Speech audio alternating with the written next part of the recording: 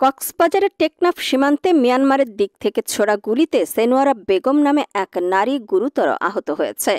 25 October সন্ধ্যা 6টার কিছু আগে উপজেলার হোয়াইক্যাং ইউনিয়নের লম্বা বিল গ্রামের বাঘখোনা এলাকায় এই ঘটনা ঘটে। আহত সেনোয়ারা বেগম স্থানীয় বাসিন্দা আক্তার হোসেনের স্ত্রী। পরিবার ও স্থানীয় সূত্র জানায়, পায়ে গুলিবিদ্ধ অবস্থায় তাকে দ্রুত উদ্ধার করে প্রথমে হোয়াইক্যাংয়ের একটি স্বাস্থ্য কেন্দ্রে নেওয়া হয়।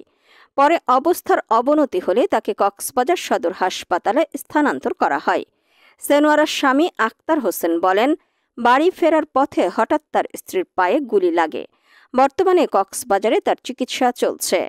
ঘটনার সত্যতা নিশ্চিত করে বিজিবির একটি দায়িত্বশীল সূত্র জানায়, সীমান্তের ওপারে সংঘর্ষ ও গুলি বিনিময়ের ঘটনা ঘটছে এবং এ ঘটনায় বাংলাদেশের এক নারী আহত হয়েছে।